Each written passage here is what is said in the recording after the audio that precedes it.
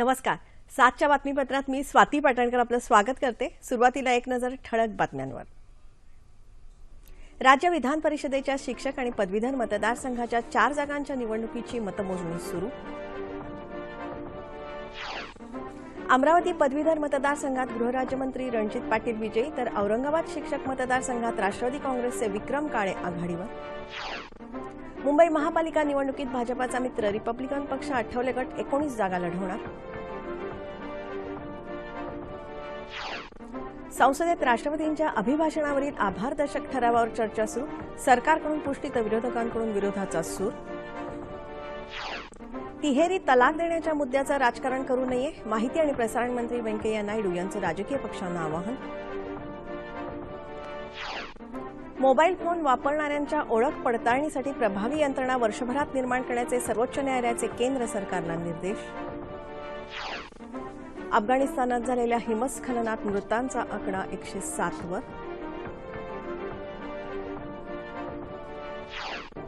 आणि उत्तर मध्य महाराष्ट्र आणि उत्तर कोकणात किमान तापमानात 2 ते 3 अंश सेल्सिअसनं घट होण्याची शक्यता. आणि आता सविस्तर वृत्त. राज्य विधान परिषदेच्या शिक्षक आणि पदवीधर मतदारसंघातल्या 4 जागांसाठी आज मतमोजणी सुरू झाली. यात औरंगाबाद आणि कोकण या शिक्षक मतदारसंघाचा, तर अमरावती आणि नाशिक या पदवीधर मतदारसंघांचा समावेश आहे. नागपूर शिक्षक मतदारसंघाच्या निवडणुकीत काल एका मतदान केंद्रावर पुनर्मतदान घेण्यात आलं, त्यामुळे तिथली मतमोजणी उद्या होणार आहे. अमरावती पदवीधर मतदारसंघात भाजपा उमेदवार आणि राज्याचे गृहराज्यमंत्री रणजित पाटील विजयी झाले आहेत. त्यांनी प्रतिस्पर्धी उमेदवार काँग्रेसचे संजय खोडके यांचा 43,897 मतांनी पराभव केला. पाटील यांना 78,051 तर खोडके यांना 34,154 मतं मिळाली. औरंगाबाद विभाग शिक्षक मतदारसंघाच्या निवडणुकीत राष्ट्रवादी काँग्रेसचे विक्रम काळे पहिल्या पसंतीच्या मतमोजणीनंतर 22,724 मतं मिळवून आघाडीवर आहेत. त्यांचे प्रतिस्पर्धी भाजपाचे सतीश पत्की यांना 12,511 मतं मिळाली. काळे यांना विजयासाठी आता केवळ 2,085 मतांची आवश्यकता आहे, असं आमच्या प्रतिनिधींनी कळवलं आहे. नाशिकमध्ये अंबड इथे पदवीधर मतदारसंघाची मतमोजणी सुरू आहे. काँग्रेसचे डॉक्टर सुधीर तांबे आणि भाजपचे डॉक्टर प्रशांत पाटील आणि भाकपचे प्रकाश देसले यांच्यासह 17 उमेदवार रिंगणात आहेत.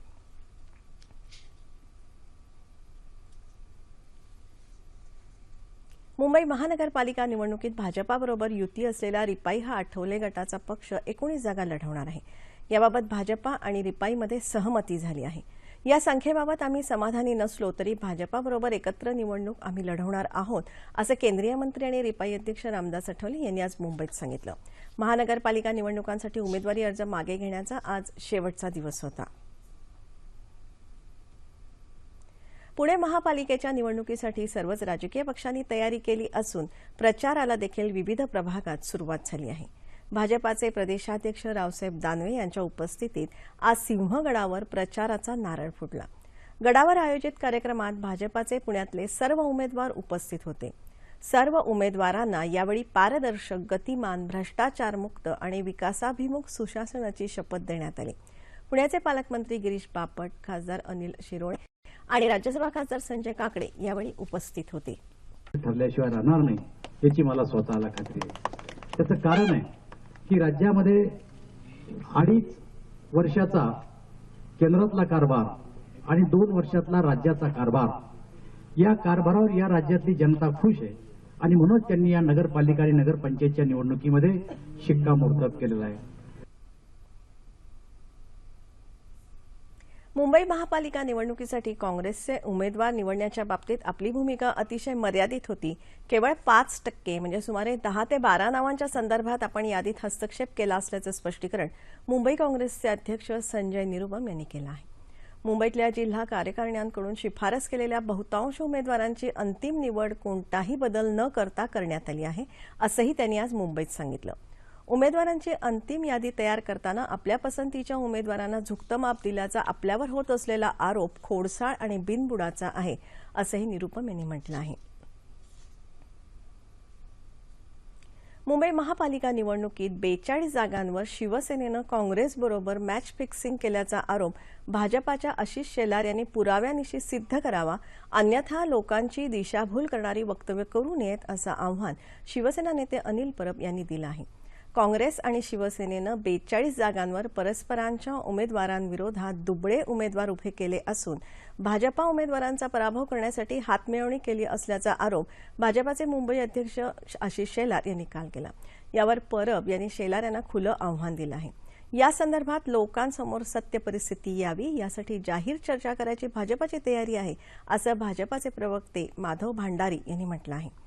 आशिष शेलार यांनी केलेला आरोप 100% खरा असल्याचं आम्ही सिद्ध करू, असा दावाही भांडारी यांनी केला आहे. जाहीर चर्चेनंतर आमचा दावा खरा असल्याचं मान्य करण्याचा अधिकार ज्यांना असेल त्यांनीच शिवसेनेकडून चर्चेसाठी यावं, अशी टिप्पणीही भांडारी यांनी केली आहे. याच मुद्द्यावर मुंबई काँग्रेसचे अध्यक्ष संजय निरुपम यांनीही शेलार यांना प्रति आव्हान दिलं आहे. हातमिळवणीच्या आरोपाबाबत शेलार यांच्याशी शहानिशा करण्याची आपली तयारी असून शेलार यांनी ठोस पुरावे सादर करावेत, असं निरुपम यांनी आज जाहीर केलं. राष्ट्रवादी काँग्रेसचे नेते आणि कळवा मुंब्राचे आमदार जितेंद्र आव्हाड यांच्यावर आचारसंहितेचं उल्लंघन केल्याप्रकरणी आज पोलिसांनी गुन्हा दाखल केला. आव्हाड आणि त्यांच्या कार्यकर्त्यांनी मुंब्रा इथं रॅली काढली, मात्र त्यासाठी त्यांनी निवडणूक विभागाची आवश्यक ती परवानगी घेतली नव्हती. त्यामुळे आदर्श आचारसंहितेचं उल्लंघन झाल्याचा आरोप आहे, असं पोलिसांनी सांगितलं. पुणे पिंपरी चिंचवड महानगरपालिका, जिल्हा परिषद आणि पंचायत समिती निवडणुकीत मतदानाची टक्केवारी वाढवण्यावर भर देण्यात यावा, तसंच आदर्श आचारसंहितेची कडक अंमलबजावणी करावी, अशा सूचना राज्य निवडणूक आयुक्त ज.स. सहारिया यांनी दिल्या. पुण्यात पिंपरी चिंचवड महानगरपालिका निवडणुकीच्या कामकाजाची आणि तयारीची आढावा बैठक सहारिया यांच्या अध्यक्षतेखाली आज झाली, त्यावेळी ते बोलत होते. मतदानाची टक्केवारी वाढवण्यासाठी मतदारांमध्ये जनजागृती करावी, संवेदनशील आणि अतिसंवेदनशील मतदान केंद्रांबाबत पोलीस विभागानं दक्ष राहावं, अशी सूचनाही सहारिया यांनी यावेळी केली.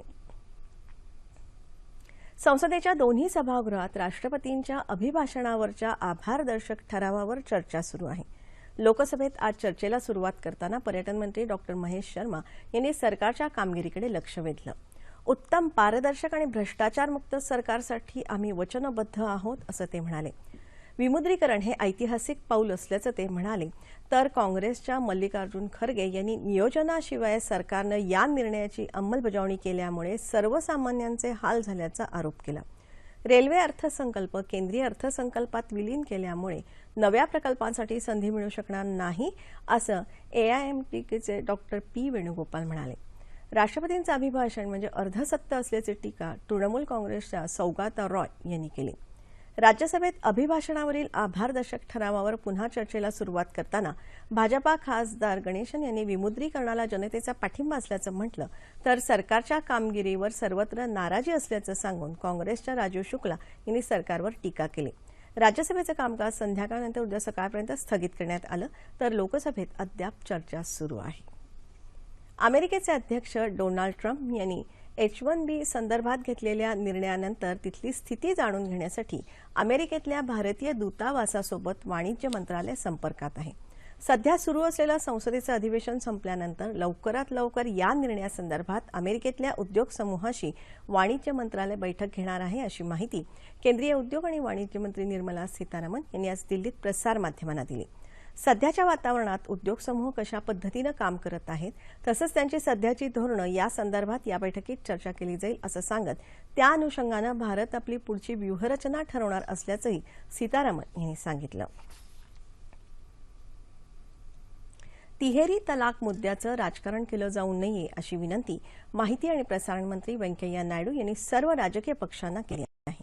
ते आज संसदेबाहेर प्रसारमाध्यमांशी बोलत होते.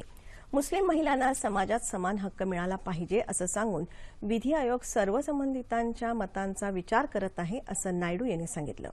विधानसभा निवडणुकांनंतर तिहेरी तलाक पद्धतीबाबत सरकार महत्त्वाचा निर्णय घेऊ शकतं, असं कायदा मंत्री रविशंकर प्रसाद यांनी काल म्हटलं होतं. त्यावरून त्यांच्यावर निवडणूक आयोगानं कारवाई करावी, अशी मागणी भाजपानं केली आहे. मात्र प्रसाद यांच्या वक्तव्याचा संबंध निवडणुकांशी जोडला जाऊ नये, असं नायडू म्हणाले. तिहेरी तलाकबाबतचा निर्णय घटनात्मक चौकटीतच घेतला जाईल, असं अल्पसंख्याक मंत्री मुख्तार अब्बास नक्वी यांनीही स्पष्ट केलं आहे. मोबाईल फोन वापरकर्त्यांच्या ओळख पडताळणीसाठी प्रभावी यंत्रणा वर्षभराच्या स्थापन करावी, असे निर्देश सर्वोच्च न्यायालयानं आज केंद्र सरकारला दिले. सध्या प्रीपेड मोबाईल ग्राहकांची पडताळणी ही वर्षभराच्या आत झाली पाहिजे, असं न्यायालयानं म्हटलं आहे. या संदर्भात दाखल एका याचिकेच्या सुनावणी दरम्यान न्यायालयानं हे निर्देश दिले आहेत. सध्या 5 कोटी प्रीपेड मोबाईल ग्राहक ओळख पडताळणीशिवाय मोबाईल फोन वापरत असल्याचं याचिकेत म्हटलं आहे. यावर अशा मोबाईल क्रमांकांचा दुरुपयोग होऊ शकतो असं सांगून न्यायालयानं चिंता व्यक्त केली. तामिळनाडूचे मुख्यमंत्री ओ पनीरसेल्वम यांचा राजीनामा राज्यपाल चे विद्यासागर राव यांनी आज स्वीकारला. त्यामुळे अण्णा द्रमुक पक्षाच्या महासचिव व्ही के शशिकला यांचा मुख्यमंत्रीपदाचा मार्ग मोकळा झाला आहे. शशिकला यांची काल चेन्नई इथे विधिमंडळ पक्षाच्या बैठकीत नेतेपदी निवड करण्यात आली. पनीरसेल्वम यांनी राज्यपालांकडे आपला आणि आपल्या मंत्रिमंडळाचा राजीनामा काल सादर केला होता. वैयक्तिक कारणासाठी राजीनामा देत असल्याचं त्यांनी सांगितलं होतं. जयललिता यांच्या निधनानंतर 6 डिसेंबर 2016 रोजी पनीरसेल्वम यांची मुख्यमंत्रीपदी नियुक्ती झाली होती.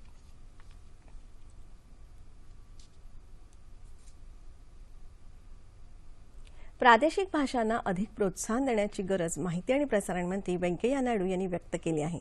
बुक इंडिया 2017 या पुस्तकाचं प्रकाशन करताना ते आज बोलत होते. नायडू यांच्या हस्ते बुक इंडिया 2017च्या ई-आवृत्तीचं आणि भारत 2017 या पुस्तकाचं प्रकाशनही झालं. प्रादेशिक भाषांमधून अधिकाधिक पुस्तकं प्रकाशित होण्याची गरजही नायडू यांनी व्यक्त केली. मुंबई महानगरपालिकेच्या येत्या 21 फेब्रुवारीला होणाऱ्या सार्वत्रिक निवडणुकीत नागरिकांनी जास्तीत जास्त मतदान करावं या उद्देशानं आज वांद्रे इथे पदयात्रा काढण्यात आली. राज्य आयोगाच्या निर्देशानुसार मुंबई महानगरपालिका संपूर्ण मुंबईत जनजागृती मोहीम राबवत आहे. या मोहिमेत महाविद्यालयीन विद्यार्थी मोठ्या प्रमाणावर सहभागी होत आहेत. मतदार राजा जागा हो, लोकशाहीचा धागा हो अशा घोषणाही यावेळी देण्यात आल्या.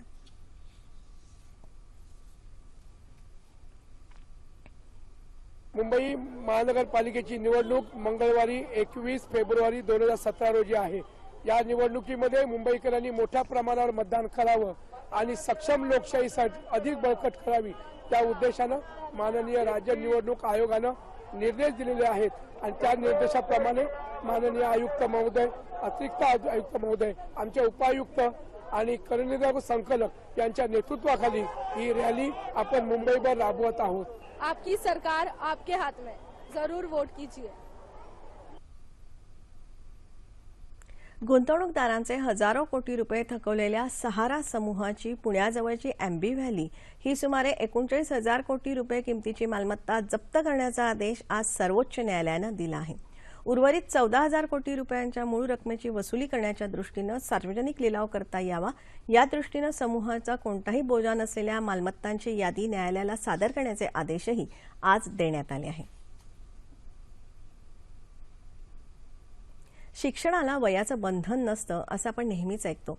मात्र ठाणे जिल्ह्यातल्या फांगणे गावातल्या आजीबाईंनी तो सत्यात उतरवला आहे आणि इथे देशातली पहिली आजीबाईंची शाळा सुरू झाली. ज्या वयात आजी नातवंडांना शाळेत सोडायला जाते त्या वयात नातवंड आजीबाईंना सोडायला जात आहेत. पाहूया या आगळ्या वेगळ्या शाळेचा हा वृत्तांत.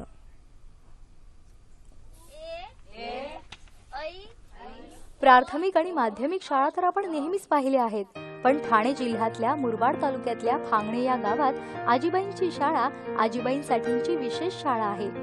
या शाळेचं वैशिष्ट्य म्हणजे 60 ते 90 वर्षांच्या आजीबाई या शाळेच्या विद्यार्थिनी आहेत. इथले जिल्हा परिषद शाळेचे शिक्षक योगेंद्र बांगर आणि मोतीलाल दलाल चॅरिटेबल ट्रस्टचे संस्थापक दिलीप दलाल यांच्या संकल्पनेतून ही शाळा सुरू करण्यात आली आहे. आमच्या गावामध्ये छत्रपती शिवाजी महाराज यांची जयंती आम्ही दरवर्षी खूप मोठ्या उत्साहाने साजरा करत असतो. ही जयंती साजरी करत असताना आमच्या गावातील 100 महिलांनी शिवचरित्राचं पारायण करण्याचा प्रयत्न केला आणि अत्यंत चांगल्या रीतीनं तो उपक्रम होत असताना आमच्या गावातील 28 अशा काही आजीबाई होत्या की ज्या कधी शाळेत गेल्या नव्हत्या, शिक्षणापासून वंचित होत्या. त्यांनी त्यांची खंत व्यक्त केली की सर, जर आम्ही शाळेमध्ये गेलो असतो, शिकलो असतो, तर आता आम्ही या पारायणाला छत्रपती शिवाजी महाराजांच्या पारायणासाठी आम्ही निश्चितपणे बसलो असतो.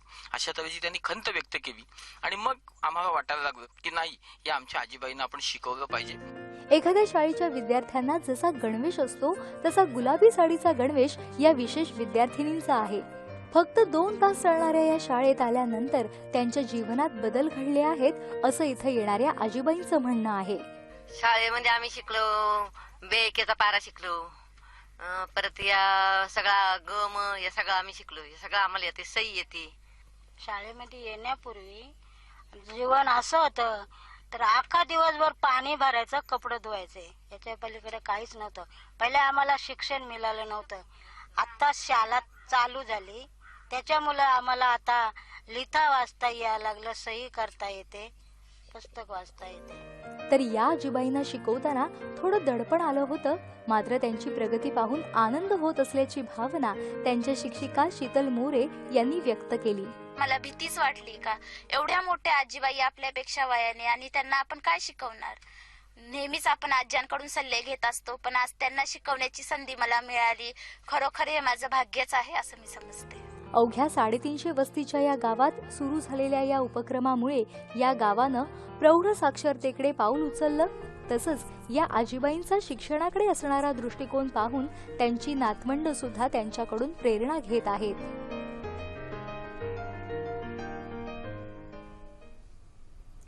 वाशिम जिल्ह्यात सर्वसाधारण सोयाबीन आणि तूर ही पारंपरिक पिकं घेतली जातात. ही पिकं निसर्गावर अवलंबून असल्यानं यातून शेतकऱ्यांना जेमतेम नफा मिळतो. नेमकी हीच बाब लक्षात घेऊन अनसिंग इथले डॉक्टर सुधाकर घुनागे यांनी सेंद्रिय फळबागेला महत्त्व दिलंय. घुनागे यांनी 1.25 एकरवर हिरव्या आणि काळ्या द्राक्षांची रोपं ठिबक सिंचनावर वाढवून ही सेंद्रिय पद्धतीची द्राक्षबाग फुलवली आहे. आपल्या इकडे शेणखत अजूनही भरपूर प्रमाणात भेटते, स्वस्त प्रमाणात भेटते.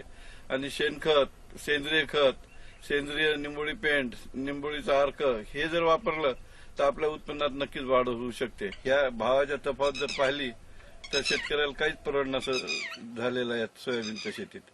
त्यामुळं आणि जमीनही उतरते. त्यामुळं अशी माझी सगळ्या कळकळीची विनंती आहे की आपण ह्याच्यासाठी जेवढे प्रयत्न करतात तेवढेच बागेसाठी प्रयत्न करावा लागतो. याच्यापेक्षा काही जास्त प्रयत्न करावा लागत नाही. अनेकदा द्राक्ष बागेसाठी रासायनिक पद्धतीचा वापर होताना दिसतो. मात्र सेंद्रिय पद्धतीनं द्राक्षाची फळबाग करणे जिकिरीची बाब, आणि म्हणूनच डॉक्टर घुनागे यांनी सेंद्रिय पद्धतीने फुलवलेली द्राक्षबाग ही विशेष महत्त्वाची ठरते.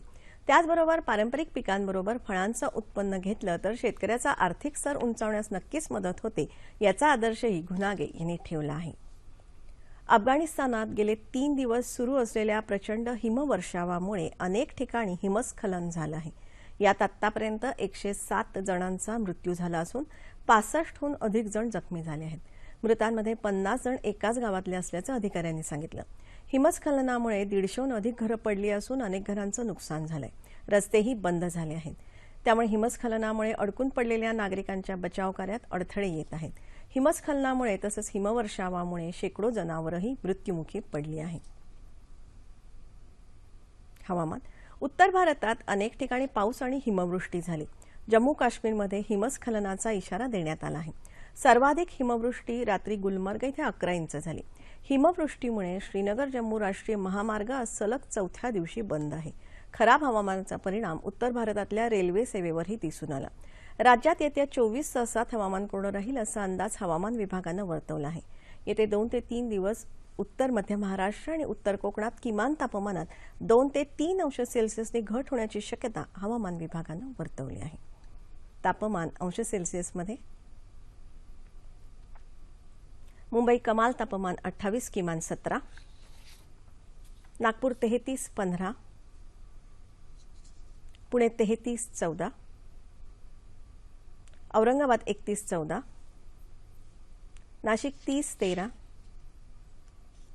कोल्हापूर 31, 18, रत्नागिरी 29, 19, सोलापूर 34, 16, अमरावती कमाल उपलब्ध नाही, किमान 14. ठळक बातम्या पुन्हा एकदा. राज्य विधान परिषदेच्या शिक्षक आणि पदवीधर मतदारसंघांच्या 4 जागांच्या निवडणुकीची मतमोजणी सुरू. अमरावती पदवीधर मतदारसंघात गृहराज्यमंत्री रणजित पाटील विजयी, तर औरंगाबाद शिक्षक मतदारसंघात राष्ट्रवादी काँग्रेसचे विक्रम काळे आघाडीवर. मुंबई महापालिका निवडणुकीत भाजपाचा मित्र रिपब्लिकन पक्ष आठवले गट 19 जागा लढवणार. संसदेत राष्ट्रपतींच्या अभिभाषणावरील आभारदर्शक ठरावावर चर्चा सुरू. सरकारकडून पुष्टी तर विरोधकांकडून विरोधाचा सूर. तिहेरी तलाक देण्याच्या मुद्द्याचं राजकारण करू नये, माहिती आणि प्रसारण मंत्री व्यंकय्या नायडू यांचं राजकीय पक्षांना आवाहन. मोबाईल फोन वापरणाऱ्यांच्या ओळख पडताळणीसाठी प्रभावी यंत्रणा वर्षभरात निर्माण करण्याचे सर्वोच्च न्यायालयाचे केंद्र सरकारला निर्देश. अफगाणिस्तानात झालेल्या हिमस्खलनात मृतांचा आकडा 107 वर. आणि उत्तर मध्य महाराष्ट्र आणि उत्तर कोकणात किमान तापमानात 2 ते 3 अंश सेल्सिअसनं घट होण्याची शक्यता. याबरोबरच हे बातमीपत्र संपलं. जानेवारी महिन्यात राज्यातील 25 जिल्हा परिषदा, 283 पंचायत समित्या आणि 10 महानगरपालिकांसाठी निवडणुकीच्या तारखा जाहीर झाल्या. त्यानंतर सर्वच पक्षांच्या प्रचाराला वेग आला आहे. प्रत्येक पक्षाकडून त्या क्षेत्रासाठी त्यांची विकासाची धोरणं आणि त्यासाठीचा कार्यक्रमही मांडला जातोय. त्याच अनुषंगानं मनपा आणि जिल्हा परिषदांच्या निवडणुकांची प्रचाराच्या टप्प्यातली सद्यस्थिती आणि राजकीय पक्षांची अनुषंगिक जबाबदारी या विषयावर बोलण्यासाठी ज्येष्ठ पत्रकार विद्याविलास पाठक यांना आज रात्री 9:30च्या बातमीपत्रात निमंत्रित करण्यात आलं आहे. तेव्हा पुन्हा भेटूया पुढील बातमीपत्रात आपल्या सह्याद्री वाहिनीवर. नमस्कार.